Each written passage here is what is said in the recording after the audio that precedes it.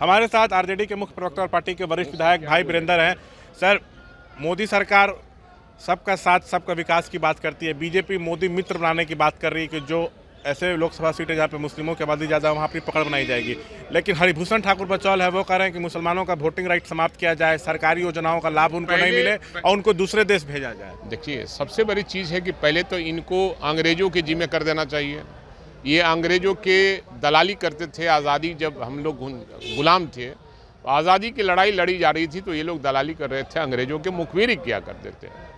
और रही बात मुसलमानों की, तो पहले ये अपने बड़े नेताओं से बात करें।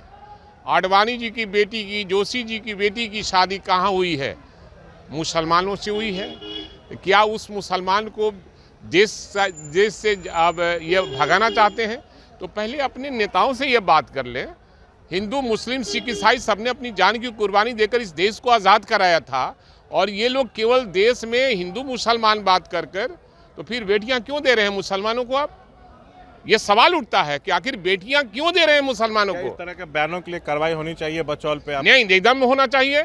एक संप्रदाय के खिलाफ में इस तरह का एफआईआर दर्ज होनी चाहिए इनके खिलाफ, निश्चित रूप से कार्रवाई होनी चाहिए। अब सरकार जाने के एफआईआर करेगी कि नहीं करेगी, मेरा काम है उनके खिलाफ में कार्रवाई होनी चाहिए, न्याय संगत कार्रवाई होनी चाहिए। चलिए, ओवैसी के दौरे से कोई महागठबंधन को खतरा वोट में सेंधमारी हो सकती है? ये हर कोई जानता है कि कौन ए टीम है, कौन बी टीम है बीजेपी का।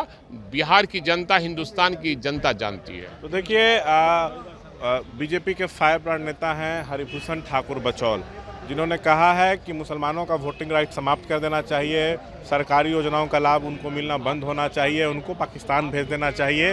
वो कह रहे हैं कि ओवैसी के सीमांचल दौरे से उनको कोई फ़ायदा जो है ओवैसी को खुद कुछ नहीं होने वाला है। वो ये भी कह रहे हैं कि सैकड़ों एकड़ ज़मीन देश में जो है मुसलमानों को दी जा रही है कब्रिस्तान के लिए, दलित पिछड़ों के पास ज़मीन नहीं है, वो घर नहीं बना पा रहे हैं।